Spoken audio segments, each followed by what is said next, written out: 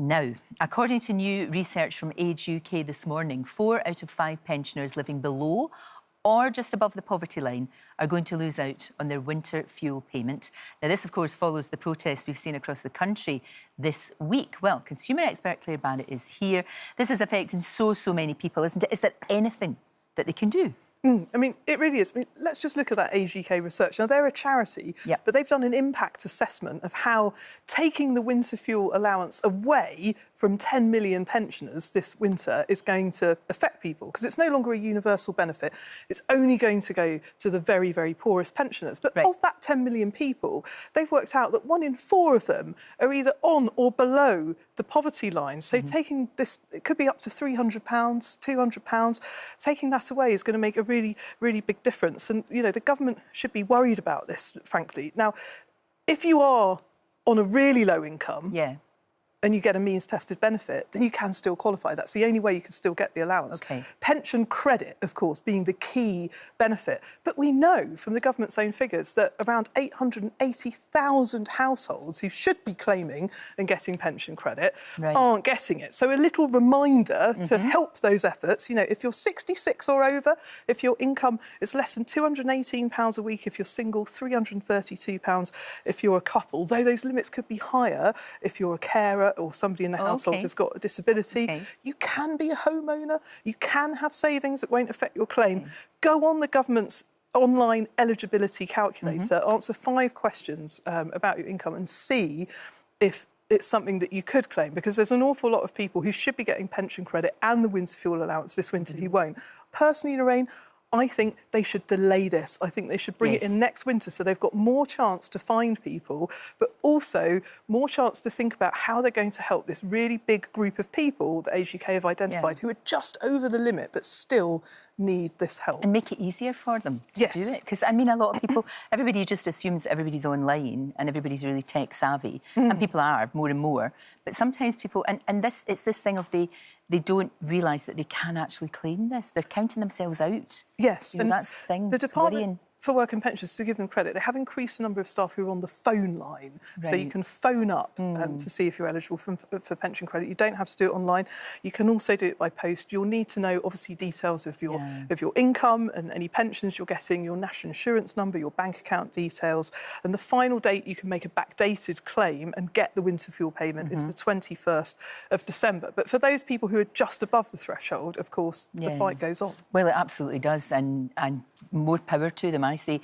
We're answering your viewer questions this week, of course. We did that yesterday with our Mark, and Claire is here with so many questions as you could imagine. Let's have one from Kath. There are thousands of pensioners, myself included, who are over the threshold for pension credit, so we're not eligible for winter fuel payment. I am in my 70s, a widow on a single pension, and having worked all my life, I don't qualify for pension credit. I've gone back to work to help with fuel costs. What option is available for us pensioners who are over the pension credit limit and still struggling with fuel costs? It's exactly what you were just talking about, Kath. Just that she's the person you've been talking to, really. really. And it makes me so angry. I know, it's terrible. I mean, you know, she's 73, she's widowed, she's having to go back to work and she's on an income of, you know, a couple of pounds a week over that threshold. So, OK, I'm going to calm down now. I get very angry about this. So if you are somebody who is just on the cusp of that threshold, but you have caring responsibilities, as Kath did for her late husband, those income thresholds that I talked about for pension credit, it could be £45 a week higher if you're a carer, so you could still qualify. If you're somebody who's on different disability benefit, like attendance allowance is the main one, that threshold could be £81 a week higher. So there are lots of people who might think they're not eligible, but because they qualify for other benefits, they are. Now, it's this complexity within the benefits system that I think is really affecting people. But Age UK, obviously they're a charity, Turn to Us, they're another really good one.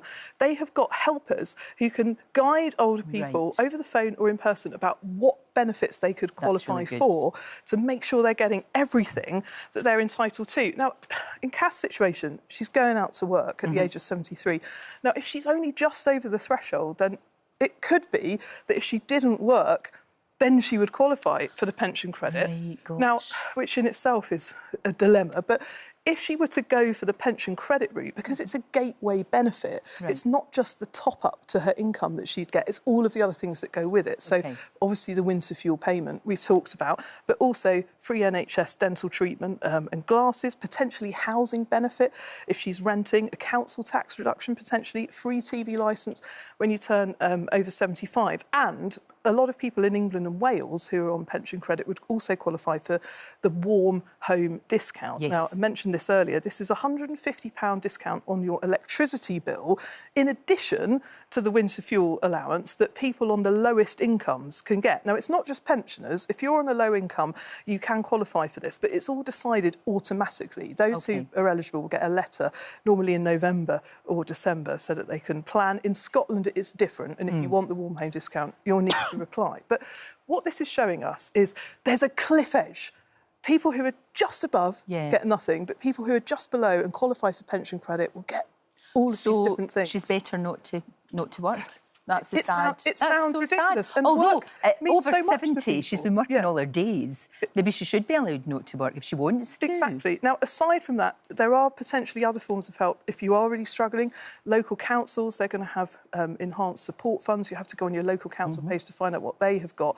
And then also, if you're on a prepayment meter, there's another amazing charity called Fuel Bank. It's like a food bank, but it's for people whose prepayment meters have run out of credit. They're expecting to be incredibly busy this winter because this universal help has been taken away. Lots of people who we know should be getting the help aren't, with this benefit cut coming along. So, I mean, lots of people think, will the Chancellor change her mind? Will we get some changes at the budget? I'm not holding out much help, but this AGK survey, Lorraine, it really shows us that there are going to be an awful lot of older people who are going to be struggling this winter, and I don't think that that should be allowed to happen. No, I agree with you, 100%. We've got so many other questions, Claire. What we'll do, why don't we do a sort of masterclass on our YouTube channel? Why don't we do that? And obviously you'll put all of this on your Instagram, all of these charities. Because if people are worried, the sources of help. It's brilliant that the charities are there and they can really guide you through and make sure that it's not too much of a hassle. No, we can't be silent about this. No, and we shouldn't be intimidated by having to go online and answer all these questions. So make sure, for goodness sake, it's worth having a try if you feel that you are eligible. Thank you, Claire. Thank you.